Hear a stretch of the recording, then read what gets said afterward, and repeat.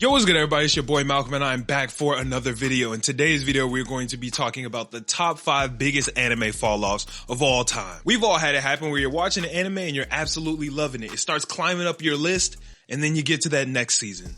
That one season that ruins everything it built before and just turns one of your favorite shows of all time into absolute garbage. It's one of the most heartbreaking, devastating, and gut-wrenching experiences ever.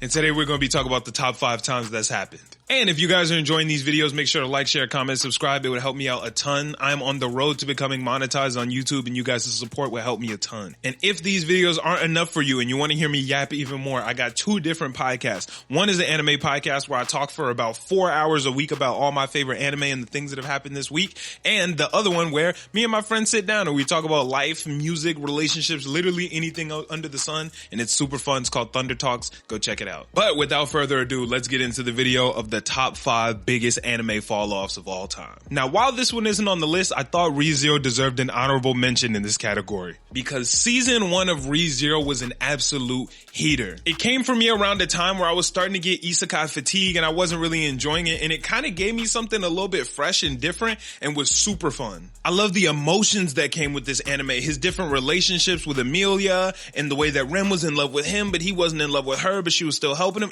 This anime was just so good to me. I loved this anime so much. It was honestly one of the few times I ever actually cried watching anime, was watching Subaru profess his love to Emilia, to Rem. That shit was hidden. And my favorite part about season 1 of Re:Zero was that it felt like a video game. You know how when you're playing a video game, you go up against the boss and you might die, but then you take that knowledge, you learn, you go back, and then you gotta respawn. You just come back a little smarter and better every single time. And that's what Re:Zero felt like to me. It was just like a progression of a video game character getting better and better and better. And then we get to season 2. First and foremost, season 2 got rid of my favorite character in the series, Rem.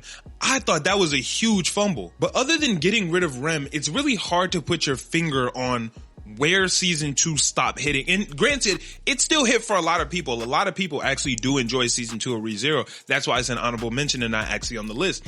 But it's hard to pinpoint. It just didn't feel the same. Like, I felt like his decisions every single time he respawned and tried again, they didn't have an effect that made sense. Everything was just very random. Like in season 1, it would be like, okay, I tried this didn't work, I'm gonna try this now and then get a new result. In season 2, it was like, it didn't really matter what you did, the result was kind of always a little random, and there were a lot of different plot points that it was just a lot to handle. You had Emilia trying to do the challenges and then the witches and the Tony the tiger. It was just too much. It was too much for me. I don't know. It just wasn't hitting. So in the honorable mention spot, yeah, I just had to talk about Re:Zero because it fell off pretty hard for me. I love season 1, but 2 just didn't get it done. All right, in the 5th place position, we have one of my favorite series of all time, Tokyo Ghoul.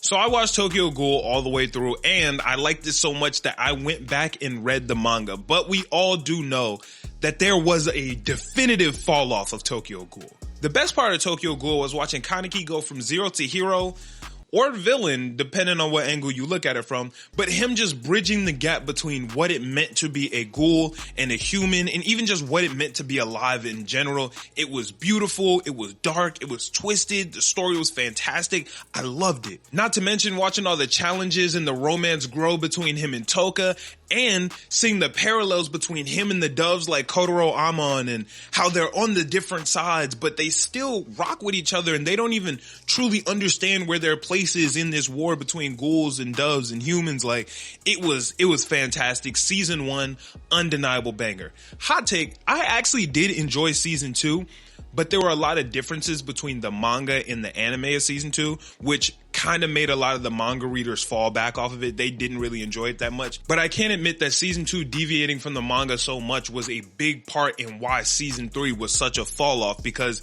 it was really fucking confusing. In the anime, season 2, Kaneki goes and joins Aogiri Tree, but in the manga, he never actually joined Aogiri. He formed his own separate group. So a lot of the events that happened in season 2 never actually happened in the manga, or they happened similarly, but still very different. But one of the big things I didn't like about season 2 is they cut out a lot of the Kaneki and Toka scenes, which kind of made their relationship a lot more confusing and it didn't feel as genuine in the anime. But what season 2 didn't show was Kaneki was supposed to get his brain severely damaged, and that was a big point of why Investigator Sasaki even became a thing, because his brain was damaged, and then, you know, the doves did their little work and turned him into a whole different person. We didn't get to see that. And because of that, a lot of season 3 was very confusing. Like, a lot of people were wondering where Kaneki was, or why he's a different person, or what the fuck is even going on here. It's because they just missed so much in season 2. Now, the reason why Tokyo Ghoul is in the 5th place position is because it is still watchable. It's still a good story. It's honestly one of my favorite anime of all time. But if you don't read the manga, season 3 is confusing. You can still watch it and enjoy it, but you are going to feel like you're missing things, and you're going to be wondering what the fuck is going on in a lot of points. But that's why it's in the 5th place position. That fall off did hurt my soul a lot because I love Tokyo Ghoul, but it's not as bad as the other ones on this list. In the 4th place position for biggest anime fall-offs, we have Sword Art Online. Now, I still love Sword Art Online, so this is not permission for y'all to go hate in the comments, but, you know, I gotta be honest, it did fall off pretty hard a couple times. Now, one of Sword Art Online's biggest problems is that instead of like regular anime where it gets cut up into seasons, it takes those seasons and cuts them into halves. And those halves normally are not consistent. Now, the first half of season 1 Sword Art Online, I think everybody can agree is some heat. It's when they were in Aincrad, we all loved the world, we loved his relationship with Asuna, everything was great. The second half, they end up going to ALO, Alfheim Online, and it's just not nearly as good. It's still cool, it's okay, I guess, but it's not fantastic. Then, the first half of season 2, they go to Gun Gale Online. I actually like Gun Gale a lot. It's actually comparable to Aincrad if you ask me, but a lot of people don't like it. But that's not the fall off I'm talking about. Then we have the second half of season 2 where they go back to Alfheim Online, and it's Asuna working with this one girl. It's just not good. It's straight trash. I don't think anybody likes it. It almost feels like filler. Now, season 3 of Sword Art Online, I'm gonna be real, it's one of the best seasons of anime I've ever watched. It's beautiful. I laughed, I cried, I had a great time. But everything after that, it's pretty fucking bad. Seasons 4 and 5 of Sword Art Online, I'm gonna be real, they're just not hitting. They're very bad. As we all know, Kirito got benched for the better part of these 2 seasons, and he's easily the best character of the show, so him not being there really does take things away from it. But the biggest problem is because Kirito's not there, they have to try to shoulder that burden with new characters, but they don't give us enough time to get attached to these characters before crazy things happen. So where I should be feeling the highs and lows of these moments, I don't really care because I'm not emotionally attached yet. Like, we have the scene where Renly got his shine and he got to turn up and do his thing. I didn't really care. Or when the fake Rock Lee, he turned up and broke the curse of the eye. He was doing his thing, but like, once again, I just didn't really care. We didn't have enough time to care. It should have hit because seasons 4 and 5 are like this big epic war, but it just fell flat and it wasn't hitting, and that's why Sword Art Online is in the 4th place position on this list. And I'm gonna be real, they showed a little bit of what season 6 is supposed to look like. I think it's gonna be even worse. Next up on the list, we have another one of my favorites, Food Wars. Now, if you've been following my content for a while, you know, back when I watched Food Wars back in 2019, it was one of my favorite series ever. The first 4 seasons were incredible. Soma is the GOAT. I love the competition that came with it. It made me hungry because the food looked so good. It was just overall one of the best anime I had watched at the time. It was pretty early in my anime journey, but still, it was one of the best. But then here comes season 4 and the guy named Asahi. And this is another one where it's hard to pinpoint exactly why this season wasn't hitting. Because in a lot of ways, it is similar to all the other seasons, but something just feels off. Like the energy, the pacing, everything, it just wasn't hitting, and it hurt me so bad. Because as I said, Food Wars was one of my favorite series of all time, and I had to drop the 5th season. I hope and pray none of you guys ever have to go through the feeling of dropping one of your favorite anime of all time. But that's what Food Wars did to me. Like, this guy, he just had the power to take people's knives and tools and use their abilities, and it just felt convoluted. It didn't even feel like part of the show. It kind of ruined what the show was supposed to be, which was using your skills and talents to grow and get better. And then there was this guy who just had the magic power to automatically be better than you. I don't know. It just didn't hit. It hurt me really bad, and that's why Food Wars is third on this list. God damn. Even right now, like, it's hurting me just thinking about it, because I love that show. I really did. In the second place position, I'm assuming most of y'all knew this was going to be on the list somewhere. It's The Promised Neverland. Season 1 of Promised Neverland was an absolute masterpiece. The plot twist, the emotion, the game of cat and mouse, the mystery, it was absolutely perfect. Like, honestly, I don't know if there's anything I would have changed about season 1. All the characters were incredible.